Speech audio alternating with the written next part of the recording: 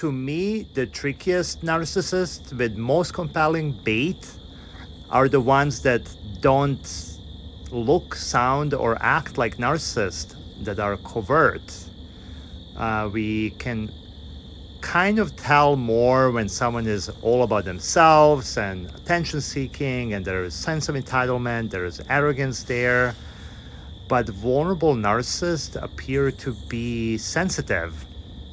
And here is where it gets extra tricky, because they present sensitive, they appear like they want help. If you're an empath, you will naturally want to help, and they disarm you because they have really, really good stories where they appear like they just happen to be in a bad situation, or they have great sob stories.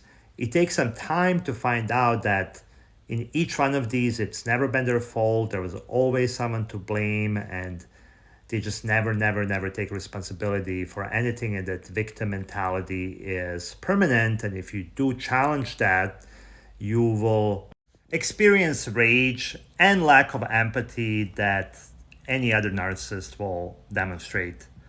So this is especially tricky for people that, in addition to being empath, also want to rescue and save people, because it's such a compelling bait to want to do that with them, and it's like an endless, bottomless well of saving that's all one-way street. And typically people like that have a hard time asking for help, and of course narcissists have zero desire to want to help. So it's that really powerful and dangerous combination. The other thing with vulnerable narcissists are that they're a lot more passive aggressive than any other narcissist. And the passive aggressive behavior can also be really tricky, because it can start as something that's really subtle, that's harder to detect. It always keeps you wondering, is it that or this? Are they joking, or are they not really joking? Is this a backhanded compliment, or is it not? So in combination of all of this makes this the trickiest one to detect. Let me know what you think about this topic, and if you had experience with vulnerable narcissists.